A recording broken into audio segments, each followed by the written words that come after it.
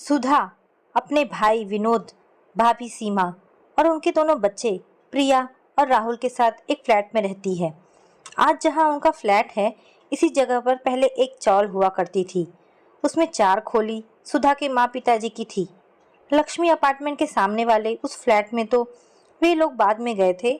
पहले यहाँ से दिखता था वो फ्लैट। अब तो बीच में इतने फ्लैट हो गए। यहाँ शहर का तो पूछो मत, हर महीने एक नया फ्लैट उग जाता है। तो उस साल महाड़ा की स्कीम इस इलाके के लिए भी आई थी। विनोद भाई ने भी फॉर्म भर दिया। उसका नसीब देखो, लग गया उसका नंबर। उस समय उसके पास पूरे पैसे भी नहीं थे। इधर उधर से मांग के भी कम पड़ रहे थे।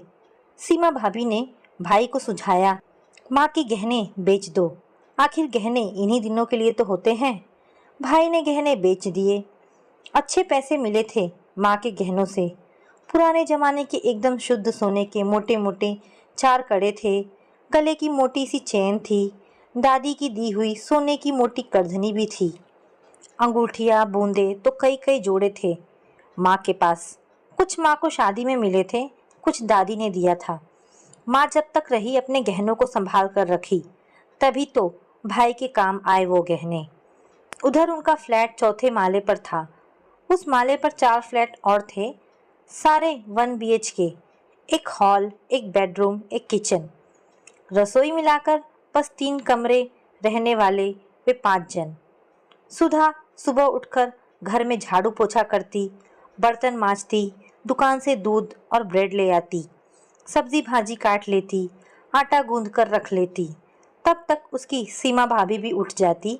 सीमा को घर में भीड़ भाड़ अच्छी नहीं लगती थी, इसीलिए उनके उठने के बाद सुधा हॉल से लगकर ऊपर जाने वाली सीढ़ियों पर बैठ जाती थी। लोग लिफ्ट से ऊपर नीचे आते जाते थे ना, इसीलिए सीढ़ियाँ खाली ही रहती थी और उसे बैठने का स्थान मिल जाता था। नाश्ता और खाना सीमा ही बनाती थी। उसे देखकर सीमा को घिन आ जाती थी। वो उसके दांत थोड़े बड़े और भद्दे थे ना, इसीलिए जब तक खाना बनता था सुधा को रसोई में जाने की इजाज़त नहीं थी। जब सीमा सबका टिफ़िन भरकर तैयार कर देती थी और खुद भी अपना टिफ़िन लेकर ड्यूटी पर निकल जाती थी, तब वह रसोई में जाती थी। नाश्ता खाना जो कुछ भी रहता था खा लेती थी और फिर से किचन की सफाई करती, बर्तन मांजती, कपड़े धोती और दोपहर में बैठकर टीवी देखती। भतीजी प्रिया जब बड़ी हुई तो उसकी शादी हो गई, पर कैसे कैसे तो लोग हैं इस दुनिया में, बेचारी को ठीक से रखे ही नहीं। आ गई लौटकर। कुछ दिन बाद उसका तलाक हो गया। उसे देख देख कर सुधा का मन भीतर ही भीतर बहुत रोता था। अब प्रिया भी घर में रहने लगी। अब दोपहर में दोनों बुआ भतीजी साथ साथ बैठकर टीवी देखते। वह सोफे पर बैठ जाती और सुधा नीचे फर्श पर। वह उससे घिनाती नहीं थी। सीमा भाभी की छुट्टी वाले दिन सुधा काम करके पूरी दोपहर सीढ़ियों पर ही बैठी रहती थी। अन्य दिनों में तो कोई दिक्कत नहीं होती थी, पर बरसात में पानी की बौछार सीढ़ियों तक आ जाती थी। उनके घर के सामने वाले फ्लैट में शर्मा परिवार रहने आया था। उस फ्लैट में रहने वाली मंजू और सीमा कभी कभी बातचीत करती थी। लिफ्ट से ऊपर नीचे आते जाते समय जब उन्हें सुधा सीढ़ियों पर बैठी दिख जाती थी, तब वो उसका भी हालचाल पूछ लेती थी। उसके होठ बहुत अधिक ना फैल जाए, इस बात का ध्यान रखते हुए वह धीरे से मुस्कुरा देती थी। मुस्कुराने के अलावा उसने उन्हें कभी कोई जवाब दिया ही नहीं। धीरे धीरे उन्होंने उससे कुछ पूछना छोड़ दिया, पर सामने पड़ने पर मुस्कुरा जरूर देती थी। सीमा उनसे कहती थी कि सुधा के दांत गंदे हैं, तो वह सोचती थी कि जैसे भाभी को मेरे दांतों की घिन है, वैसे दूसरों को भी होगी। बस इसीलिए उसने सबसे बोलना मुस्कुराना छोड़ दिया था। एक दिन जब सीमा की छुट्टी थी, उसने पालक के पकौड़े बनाए। एक प्लेट में पकौड़े भरकर उसने सुधा को मंजू के घर दे आने के लिए कहा। जब वह वहां गई तो मंजू ने उसे बैठने के लिए कहा। वह सकुचाती हुई बैठ गई। उसने सुधा से पूछा, तुम इनके यहाँ काम करती हो? उसने मुंह पर हाथ का आड़ लेते हुए कहा, नहीं, ये मेरे भाई का घर है, मैं यहीं रहती हूँ। तुम इनकी बहन हो? हाँ। उसे जैसे विश्वास ही नहीं हुआ। उसने फिर से वही प्रश्न दोहरा दिया। सच में तुम इनकी बहन हो? उसके फिर से हाँ कहने पर वो चुप हो गई। वह भीतर ही भीतर शर्म से पानी पानी हो गई। ये लोग मुझे काम करने वाली समझती हैं। मंजू ने उसे चाय पिलाई। थोड़ी देर वहां बैठकर वह वापस आ गई। उस दिन उनसे उसकी बहुत कम बात हुई, पर उतने से ही वो सुधा को बहुत अच्छी लगने लगी। उसका उनसे बार बार बातें करने का मन होने लगा और वह अपने दांतों पर खूब रगड़ रगड़ कर ब्रश करने लग गई। एक दोपहर जब सीमा अपनी ड्यूटी पर थी तथा राहुल अपने स्कूल और प्रिया अपनी सहेली के घर गई थी, सुधा ने उनका दरवाज़ा खटखटाया। दरवाज़ा मंजू ने ही खोला। वह हड़बड़ाकर पूछ बैठी, आप कौन सा शैम्पू लगाती हैं? आपके बाल बहुत अच्छे हैं। मुझे भी वही शैम्पू लाना है। उन्हें सामने देखकर उसे यही बहाना सूझा था। वो मुस्कुराई। उसने शैम्पू का नाम बताया, जिसकी उसे कोई ज़रूरत नहीं थी। वह शैम्पू के नाम को तुरंत भूल गई और अगला प्रश्न कर बैठी, उस दिन पकौड़े अच्छे बने थे? हाँ, बहुत अच्छे। आओ बैठो ना। वह यही चाहती थी। बिना देर किए अंदर जाकर कुर्सी पर बैठ गई। प्रिया कह रही थी कि नमक कुछ कम हो गया था। नहीं, ठीक तो था। तुमने भी तो खाया होगा। नहीं, पकौड़े कम पड़ गए थे। अचानक उसके मुंह से निकल गया। मंजू उसे कुछ देर तक देखती रह गई और वह अपनी झेप मिटाने के लिए आसपास रखे सामानों पर नजर दौड़ाते हुए बैठी रही। मंजू ने उससे पूछा, आप इतनी गर्मी में भी पूरी पूरी दोपहर बाहर सीढ़ियों पर बैठी रहती हैं, क्यों? सुधा को उनके इस प्रश्न पर मुस्कुराने का मन हुआ, पर ना जाने कैसे वह रो पड़ी। मंजू ने उसे गले से लगाया और चुप कराया। कुछ देर वहां बैठकर सुधा अपने घर आ गई। अब सुधा को जब भी मौका मिलता वह मंजू के पास चली जाती थी। वो उससे बहुत सी बातें पूछती थी। वह भी उन्हें बहुत सी बातें बताती थी, जैसे वे लोग पहले पीछे वाली चौल में रहते थे, अब उसके माँ बाप नहीं हैं। उसकी एक बहुत अच्छी सहेली थी। वे लोग साथ साथ बाजार जाते, पिक्चर देखते, भेलपुरी वड़ा पाव खाते। उसकी सहेली बहुत गरीब थी। उसकी पढ़ाई का भी खर्च सुधा की माँ ही देती थी। उसके पिताजी की किराने की दुकान थी। जब एक दिन उसके पिताजी का हार्ट फेल हो गया, तब उस दुकान को उसका भाई विनोद संभालने लगा। उसकी सहेली बहुत अच्छी थी। विनोद भैया के साथ बाजार जाती थी और दुकान के लिए मोल भाव करके थोक में सामान खरीदवाती थी। 12वीं के बाद दोनों ही सहेलियां नर्स की ट्रेनिंग करने लगी। ट्रेनिंग को 3-4 महीने ही बीते थे कि उसकी माँ का भी कैंसर की वजह से देहांत हो गया। अब वह और विनोद भैया बिना माँ बाप के हो गए। उसकी सहेली अब उन दोनों का और अधिक ध्यान रखने लगी। एक दिन उसने उसे समझाया कि वह ट्रेनिंग छोड़कर घर में ही रहे। भाई के खाने पीने की व्यवस्था तथा घर की देखभाल ट्रेनिंग से ज़्यादा ज़रूरी है। सुधा को भी उसकी बात जच गई।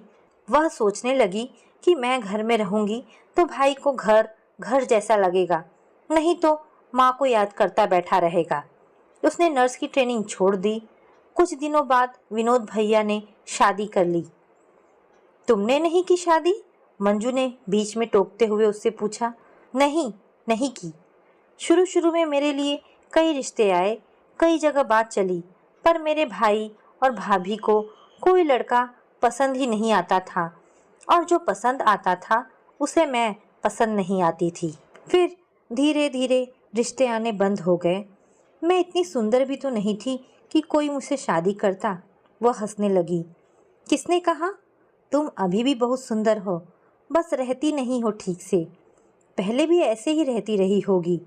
अब देखो ना, इतना लंबा ढीला ढाला कुर्ता पहनती हो, गले में किसी भी रंग की ओढ़नी लटका लेती हो। बुरा मत मानना, लेकिन ठीक से रहो तो अभी भी सुंदर हो।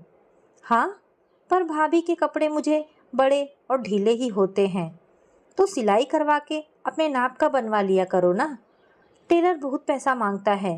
भाभी कहती है कि इतने पैसों में तो नया सिल जाएगा, तो नया सिलवा लिया करो। और ये जो बोलते समय मुंह पर हाथ रख लेती हो, ये भी पुरानी आदत होगी। जी, वो मेरे दांत बहुत बड़े और गंदे हैं ना, उसने नजरें झुकाते हुए कहा। तुम्हारे दांत ना तो इतने बड़े हैं और ना ही गंदे। अपने नाप का कपड़ा पहनो। बात करते समय मुंह पर हाथ मत रखा करो। तुम्हारे अंदर कोई कमी नहीं है। अपने को कम मत समझा करो।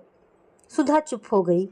उस दिन पहली बार उसने सोचा कि सही तो कह रही हैं ये, मुझे अपने नाप के ही कपड़े पहनने चाहिए। कुछ देर चुप रहने के बाद उसने मंजू को बताया कि जब मेरी सहेली माया थी जब मेरी सहेली थी ना, तब मैं उसके साथ जाकर अपने नाप के कपड़े खरीदती थी। बहुत अच्छी पसंद थी उसकी, और तब मेरे पास पैसे भी रहते थे। तुम्हारी सहेली अब कहाँ है? यहीं है, इसी शहर में। हाँ, उसकी आवाज़ धीमी हो गई। यहीं है, इसी शहर में? हाँ, उसकी आवाज़ धीमी हो गई। कभी मिलने नहीं आती? वह चुप रही। मंजू ने बात जारी रखते हुए पूछा, उसकी तो शादी हो गई होगी ना? हाँ, कब की हो गई।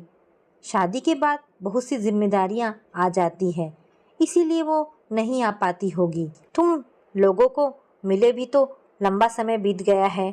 एक बार जाकर उससे मिल आओ तो फिर से मिलने जुलने का सिलसिला शुरू हो जाएगा और तुम्हें भी अच्छा लगेगा।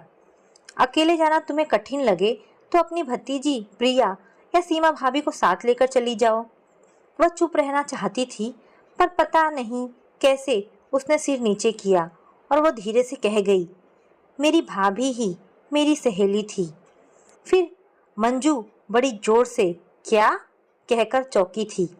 फिर बहुत देर तक वो दोनों ही चुप बैठे रहे। बाद में सुधा अपने घर आ गई। अगले कई महीनों तक सब ठीक ठाक चलता रहा। इस बीच नगर पालिका ने उनकी चौल को तोड़कर उस जगह पर बिल्डिंग बनाना शुरू किया। उनकी खोली के बदले में उसके भाई को 2 1 आरके के फ्लैट मिलने वाले थे।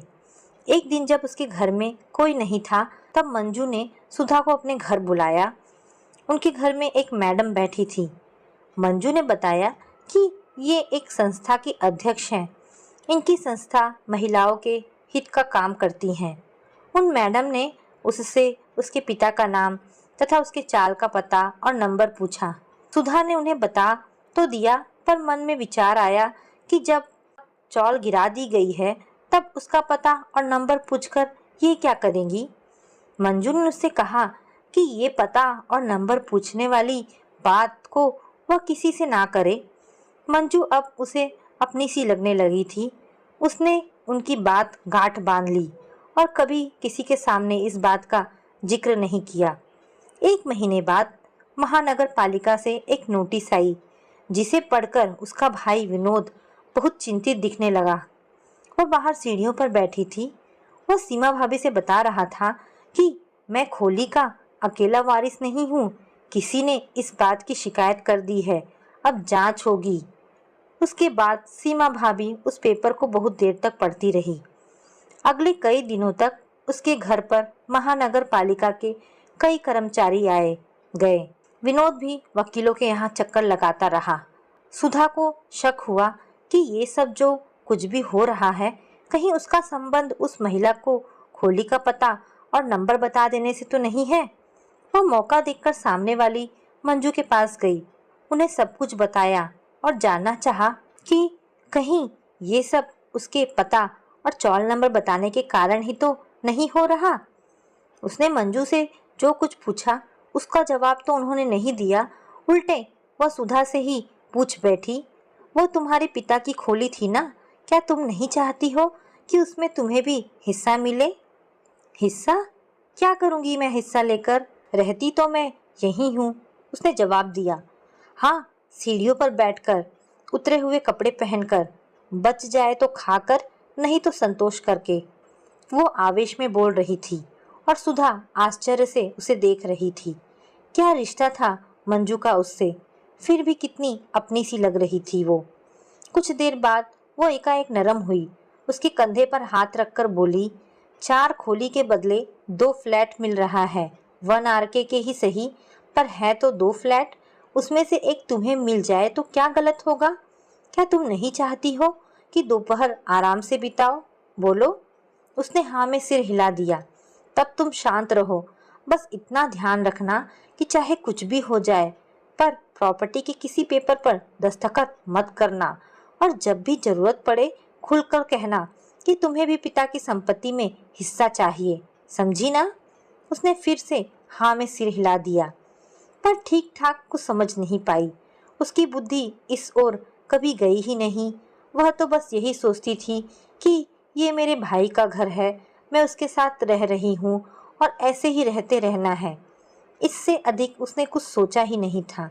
पर अब उसके दिमाग में हर समय यही गूंजता है, मेरा भी हक है और मैं दिन दिन भर सीढ़ियों पर बैठी रहती हूँ।